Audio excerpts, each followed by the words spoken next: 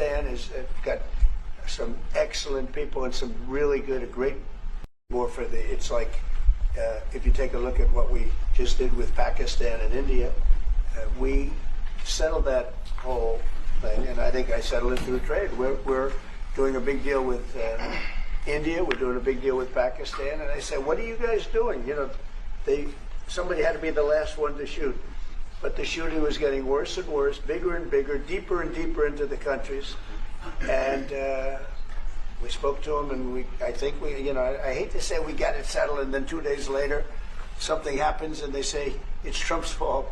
But Pakistan has got some excellent people and some really good, a great leader. And India is my friend, Modi.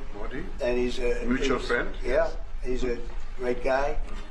And I called them both, and we just did something good. We're trying to settle Russia, Ukraine. We spoke with President.